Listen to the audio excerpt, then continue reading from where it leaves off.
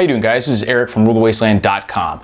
Obviously, I post a lot on this channel about preparedness, getting ready for just unforeseen circumstances and being able to do without outside systems of support and being able to survive on your own for basically as long as possible. I've also talked about how I am not preparing for an end of the world type situation, but just to be able to support myself with the things that I need for 3 to 6 months. My goal is 6 months. I'm there in most categories, some probably not as much, and I'm not planning for any sort of Mad Max scenario, which maybe some of you are. But I have a tip that regardless what the scenario is that you are preparing for, or just whatever kind of situation that you think you need to be able to do without systems of support, there's one thing that you can do, which is sort of just like an attitude adjustment, lifestyle change, that will increase the length of time that your preps can support you, even your existing preps. And that is to adjust your lifestyle so that you need less things. Because when you're talking about preparing, you're talking about either stockpiling or setting aside things that you need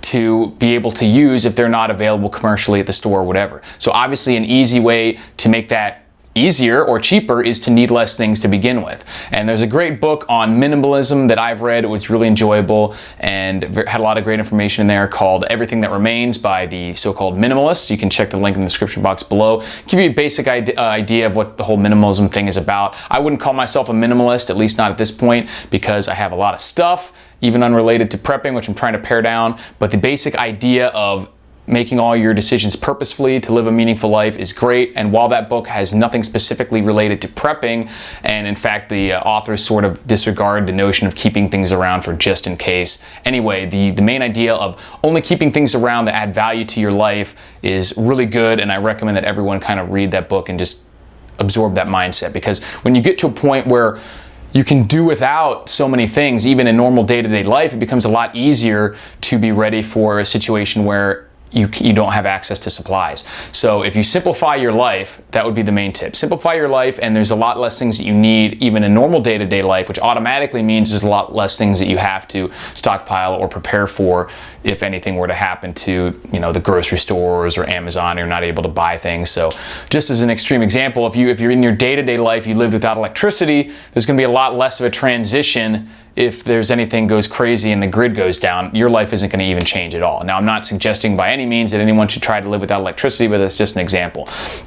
Same thing goes for anything else, whether that's just the tools and equipment you use, communication, transportation, food. The more simple that your normal day-to-day life is, the easier it is to extend that yourself, or to provide those things for yourself in times of scarcity or disruption of any normal day-to-day activities.